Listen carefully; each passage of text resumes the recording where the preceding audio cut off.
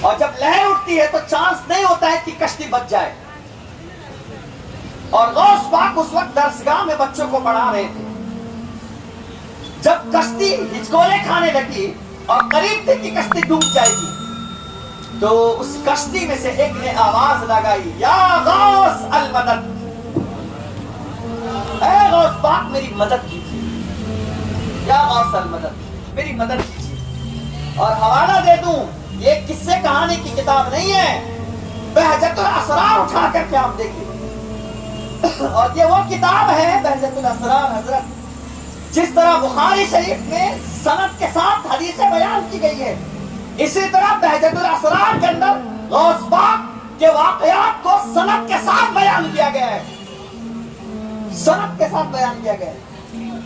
کہا گیا کہ کہا یا غوث المدد, غوث پاک میری مدد کیجیے. غوث پاک اس وقت پڑھا رہے تھے اور وہاں سے پکارا غوث پاک کو. غوث پاک بغداد میں درسگاہ میں بیٹھ کر اس کی بات کو سن لیتے ہیں. اور ایک رومال تھا آپ کے پاس, رومال لیا اور اس کے نیچے ہاتھ ڈالے. اور بچے تو بچے ہوتے ہیں, ہر حرکت پر ہر چیز پر غوث پاک کی نظر رکھتے تھے. کیا دیکھا کہ اوپر رومال ہے اور غوث پاک یوں کسی چیز کو ہٹا رہے ہیں, یوں کسی چیز کو, ذرا بولو زور سے اور بلند آواز سے, اور پیچھے والے بھی. اور سبحان اللہ کہنے سے 10 نیکیاں ملتی ہے, اس میں بھی بخالت کرو گے. اگر 10 روپیہ ملے گا تو سب اتنے زور سے چلائیں گے کہ پورے محلے میں آواز آئے گی. 10 نیکی پہ آواز نہیں نکلتی ہے, جنت میں ملے گی بھائی, زور سے بولے سبحان اللہ. جی غوث پاک یوں ہٹا رہے ہیں, اور جب ہٹا دیا نا تو ہاتھ نکالتے ہیں تو بچوں نے کیا دیکھا کہ آپ کے ہاتھ سے پانی ٹپک رہا ہے. درسگاہ میں رومال کے نیچے سے پانی ہاتھ سے ٹپک رہا ہے. بچوں نے فوراً وہ ٹائم, وہ دن, وہ ڈیٹ لکھ لیا. چند دنوں کے بعد کچھ لوگ مٹھائی تحفے لے کر آتے ہیں. غوث پاک اندر ہوتے ہیں. آنے کے بعد کہا کہ ہمیں غوث پاک سے ملنا ہے.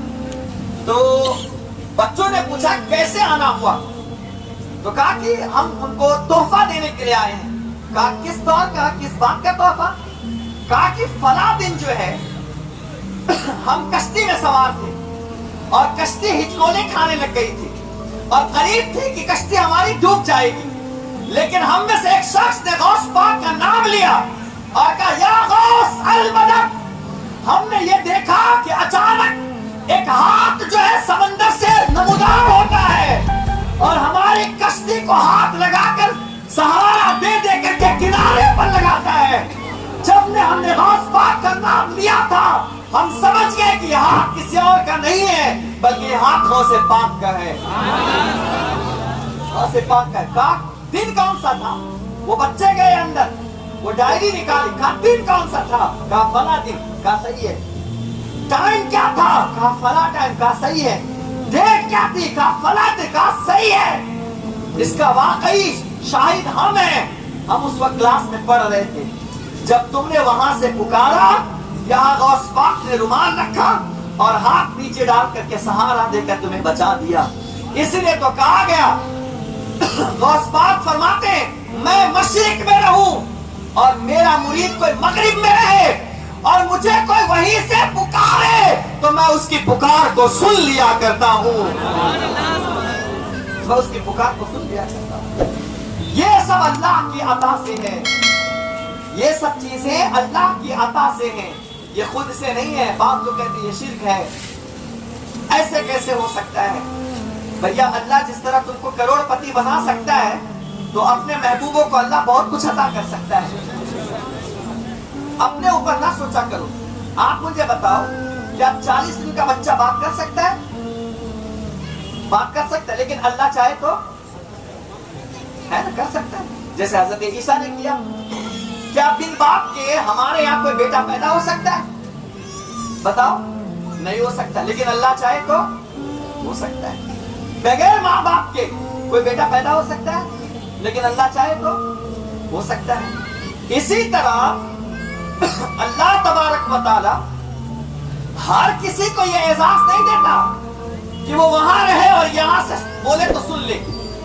جو اللہ کی راہ میں محبوب ہو جائے, جو اللہ کی راہ میں اپنے آپ کو فنا کر لے, جو اللہ کی راہ میں مستغرق ہو جائے, تو اللہ تعالیٰ انہیں یہ اعزاز دیتا ہے, کہتا ہے میرے بندے جا, میں تجھے انعام میں یہ انعام دیتا کہ تو کہیں بھی رہے گا اور تیرا چاہنے والا کہیں سے بھی پکارے گا تو اس کی پکار کو سن سکتا ہے.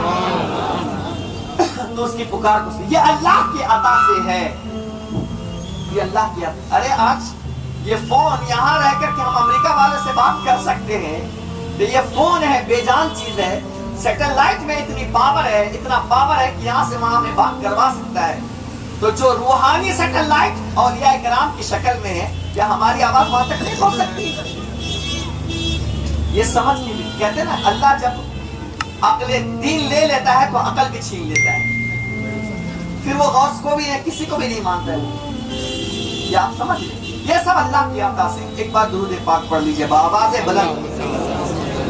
محمد صلی اللہ علیہ وسلم, محمد صلی اللہ علیہ وسلم.